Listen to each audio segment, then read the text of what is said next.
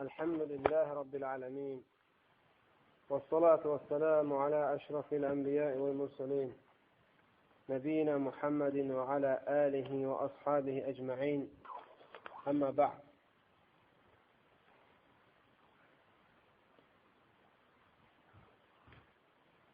Dersimiz devam edip Büyük Günahlar kitabından İmam-ı Zəhabi'nin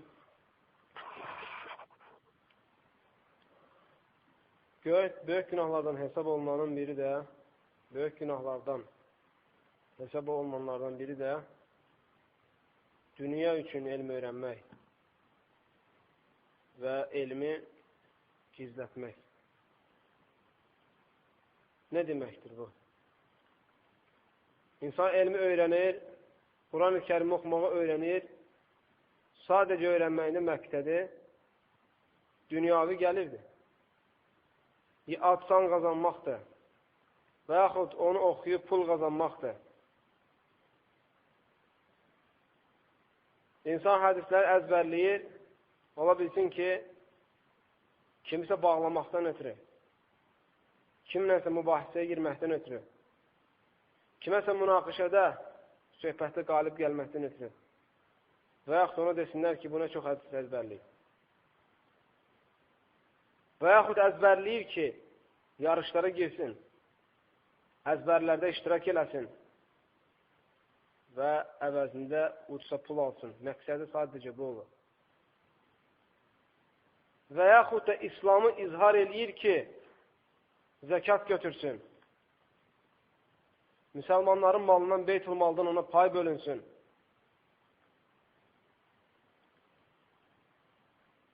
Bəli, İslam dini ona görə öyrənir bəzi insanlar. Böyük günahlardandır. İslamı dünya mənfəətləri üçün öyrənmək.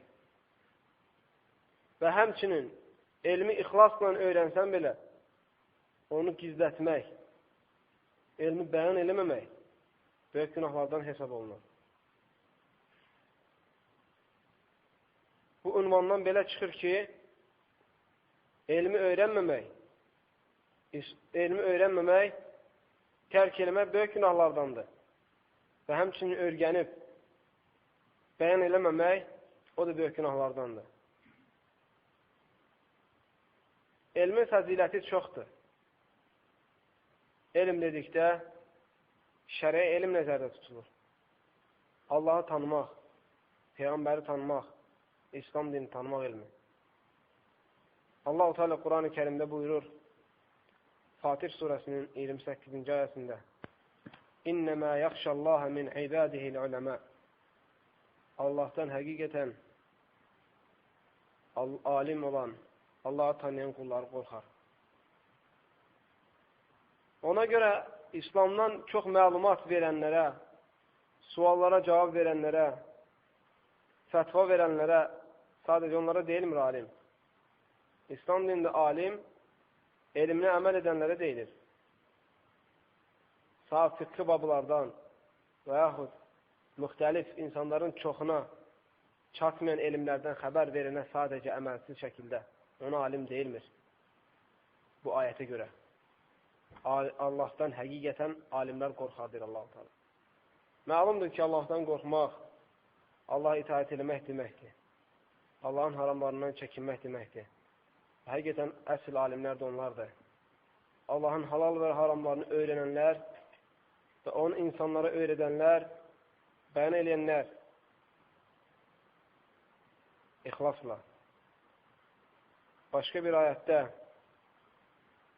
Bəqərə surasının 159-cu ayəsində Allah Teala buyurur İnnellezîne yektumûne mâ enzelne minel beyyinâti vel hudâ min ba'di mâ beyyennâhu linnâsi fil kitâbi ulâike yel'anhumullâhu ve yel'anhumul lâ'inun. O kəslər ki, biz endirdikdən sonra ayətləri, haqları insanlara bəyan etdikdən sonra gizlətərlər, insanlara bəyan eləməzlər haqqı, özləri bildikləri halda.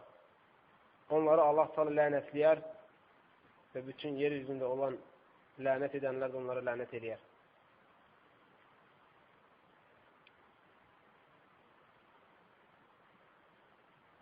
Peyğəmbər s.ə.v buyurur, kim elmi, Allah üçün öyrəniləsi bir elmi dünyadan bir pay almaq üçün öyrənərsə, o cənnəti görməyəcək. Nə də onun iyini duymayacaq. Başqa bir hədisdə Peyğəmbər s.ə.v buyurur, 3 kəs qiyamət günü ən birinci hesaba çəkiləcək bəşəriyyətdən. Onlardan birincisi alim olacaq, ikincisi mücahid, üçüncüsü isə çox sədəqə verən. Bu alim də həmən o kəslərdəndir, elmi öyrənib, haqqı bilib, əməli tərk eləyənlər və yaxud insanlara bəyan eləməyənlər. Nəyə görə? Çünki öyrənəcək və Allah-u Teala ondan məqsədini soruşacaq və o deyəcək ki, bunu sənin rızan üçün öyrəndim, insanlara bəyan etmək üçün öyrəndim. Allah-u Teala ona deyəcək ki, yalan deyilsən, sən öyrəndin ki, sənə alim desinlər. Yəni, sən dünyavi bir məqsəd üçün həmin elmi öyrəndin. Və ona görə o da deyildi və sonra əmr olunacaq, üzü üstə cəhənnəmə sürüklənəcək. Və həmçinin Peyğəmbər s.ə.v elmi öyünməkdən ötürü və yaxud cahillərin içində özünü artıq tutmaqdan ötürü, alimləri bağlamaqdan ötürü, öyrənilən elmi, öyrənənləri bu yolla elmi Peyğəmbər s.ə.v cəhənnəm əhli olduqlarını xəbər verir. Başqa bir hədisdə, Əbu Davudda və Tirmizidə və İbn Macedə gələn hədisdə Peyğəmbər s.ə.v buyurur, Mən su'ilə an ilmin fəkətəməhu ulcimə yevməl qiyamə bilecəmi min nar. Hədis səhih hədisdir. Peyğəmbər s.ə.v deyir, kim bir elm haqqında soruşularsa və həmin o bildiyini gizlətərsə, ahirətdə qiyamət günü cəhənnəmdən olan yüyənlə yüyənlənəcəkdir. Bəli. Onu hər kəs tanıyacaq. Ağzına keçirilən yüyən kimi onun ağzına da yüyən keçiriləcək. Onun ağzını yüyən yandıracaq. Dilini, ağzını əritəcək. Bütün insanlar biləcək ki, bu elmi gizlətən idi. Başqa bir hədisdə Peyğəmbər s.ə.v Müslimdə gələn hədisdə buyurur, Allahümmə inni ə'udu bikə min ilmin lə yənfə. Ey Allahım, fayda verməyən elmdən sana sığınıram. Bəli, əməl olmayan elm və yaxud əməl eləyib başqalarına bəyan edilməyən elm, faydasız elm hesab olunur şəriətdə. Ona görə Peyğəmbər s.ə.v Allaha sığınıb fayda verməyən elmdən. Başqa bir hədisdə, Tirmizdə gələn hədisdə Peyğəmbər s.ə.v buyurur, Mən təəlləmə ilmən li qayrilləh əv əradə bihi qayrə vəcihilləh fəliyətəbəvvə məqadəhu minənnər. Kim Allahdan qeyrisi üçün öyrənərsə bu şəriəti, bu dini və yaxud öyrənməsində məqsədi Allahın rızası deyil, başqasının rızasıdır, cəhənnəmdən yerini hazırlasın, deyir Peyğəmbər s.ə.v.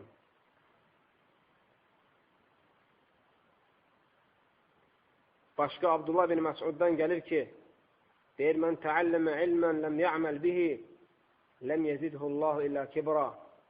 Abdullah bin Məsud radiyallahu anhu deyir, kim elmi öyrənərsə, ona əməl etməzsə, onun öyrəndiyi elm ancaq onun kibirini artırar. Onun öyrəndiyi elm ancaq onun kibirini artırar. Hilal ibn-ül Ələ rahiməhullah deyir ki, talabul ilmi şədid, elm tələb eləmək çətindir. Və hifzuhu əşəddu min talabihi, və elmi əzbərləmək, onu tələb etməkdən daha çətindir. Və əl-əməlu bihi əşəddu min hifzi, və ona əməl etmək, tələb etməkdən də əzbərləməkdən də daha çətindir. Və səlamətu minhu əşəddu minəl-əməli bihi, və əməl etdikdən sonra da onu ixlasla qoruyub saxlamaq elmi tələb etməkdən də, əzbərləməkdən də, əməl etməkdən daha çətindir. Bəli. Və həmçinin İmam-ı Zəhəbi saydığı böyük günahlardan biri də nəmmamlıq, söz gəzdirmək, insanlar arasında fitnə fəsad yaymaq üçün. Allah-u Teala Quran-ı Kərimdə buyurur: "Lə tubtilu sadaqatikum bil menni vel əzə." Bəqərə surəsi 264-cü ayə. Allah-u Teala deyir ki, insanlara əziyyət verməklə, insanlara verdiyin şey minnət eləməklə verdiyiniz sədəqələri batil eləməyin. Ona görə baxırsan, insan sədəqə verdikdə, bir insana hörmət etdikdə, şeytan ikidə bir gözünün qabağına gətirir həmin şeyi. Və elə bir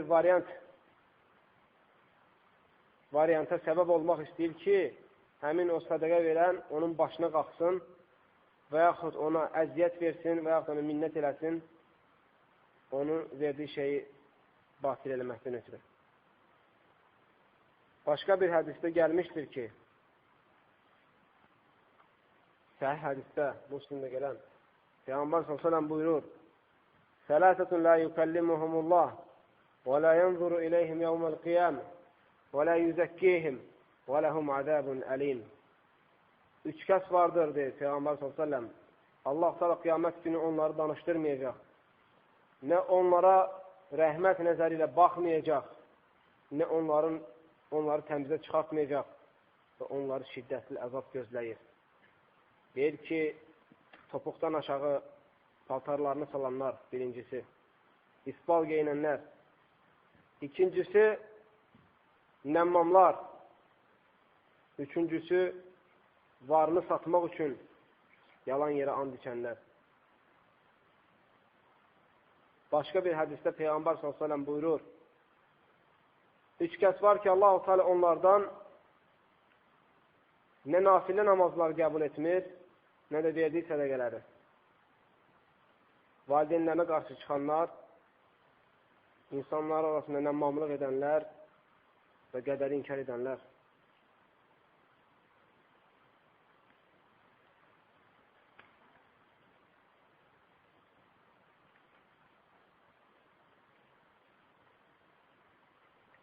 Həmçinin İmam-ı Zəhəbi saydığı böyük günahlardandır insanı lənətləmək və yaxud lənət sözünü işlətmək. Yersiz yerə böyük günahlardandır. Peyğəmbər s.ə.v Buxari və Müslimdə gələn hədisdə buyurur: "La'nul mu'mini kəqatlihi." Mümini lənətləməyin günahı onu öldürməyin günahı kimidir. Ona görə insan dilini qorumalıdır. Ola bilsin ki, ağzından çıxar. Başqa bir hədisdə Peyğəmbər s.ə.v buyurur, Buxaridə gələn hədisdə: "Sibabul muslimi fusuq və qitaluhu kufrun." Müsəlmanı söymək fasiqlikdir, günahkarlıqdır. Müsəlmanı öldürmək isə küfürdür. Yəni, insanı İslamdan çıxardan küfür deyil də, ondan aşağı hesab olunan küfürdür.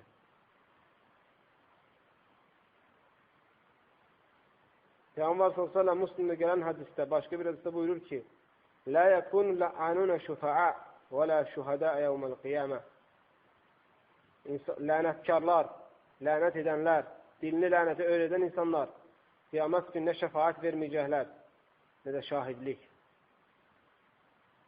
Başqa bir hədisdə Peyğəmbər s.ə.v buyurur: "Lə tələ'anu bila'nətilləh və lə biğadabilləh və lə binnər." Bir-birinizi Allahın lənəti ilə lənətləməyin, nə Allahın qəzəbi ilə bir-birinizi müjdələməyin, deməyin Allahın qəzəbi gəlsin sənə və yaxud da bir-birinizi cəhənnəmlə lənətləməyin. Necə? Yəni, bir-birinizi Allah səni cəhənnəmə salsın deməyin. Başqa bir hədisdə Peyğəmbər s.ə.v buyurur ki: "Lə yənbəği li siddiqin ən yəkunu lə'anə." Deyir, siddiqlərin, doğru insanların sifətlərindən deyil və yaxud onlara yaraşmaz, onlar lənət edənlərdən olsun. Yəni, dinli lənətə öyrədənlərdən olsun. Başqa bir hədisdə Peyğəmbər s.ə.v buyurur, Leysəl mu'minu bil-lə'an və lə-ət-ta'an və lə-l-fəhişil-bəzi. Mömin o kəs deyil, lənət eləsin və həmçinin insanların ətlərini yesin, insanların namuslarına, şərəflərinə toxunsun və yaxud fahişəlik və yaxud pis sözlər işlətsin.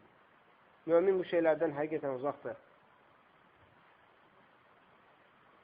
Artıq Peyğəmbər s.ə.v bir kişiyi cəzalandırdı. O kişi ki, dəvəsini lənətləyir. Peyğəmbər s.ə.v deyir ki, sonra lənətlədikdən sonra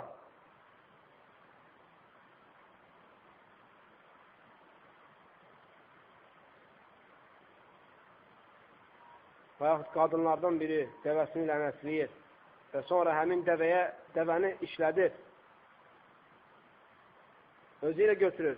Peyğəmbər s.ə.v deyir ki, onun üzərində nə veşin varsa götür və dəvəni tərk elə. Ona görə ki, deyir, dəvə lənətlənir. Ona görə hətta o dəvə şəhərə yaxınlaşdıqda insanlar o dəvəyi qovalayıb bitirərdi. Daşlayarlardı, qovlayarlardı. Nəyə görə? Deyərlərdi ki, dəvə lənətlənir. Lənətlənmiş dəvə yaxın getməyə. Ona görə insan heç kəsi lənətlənməməlidir. Heç bir məxluqatı ta həmin lənətlədiyi şey lənətə uyğun olmadıqca. Şeytanı lənətləmək olar. Misal üçün.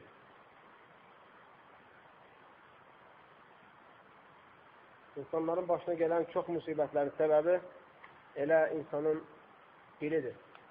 Ona görə gəl müsəlman dilini qoruyarsa, artıq bütün problemlərdən və yaxud problemlərin çoxundan canını qurtarmış olar.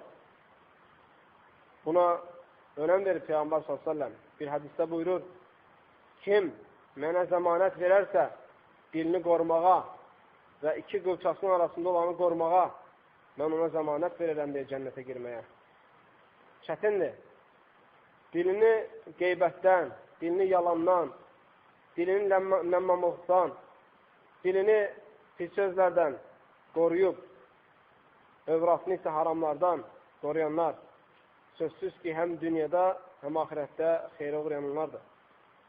Allah saldan istəyirəm ki, bizi imanlı qullarına etsin.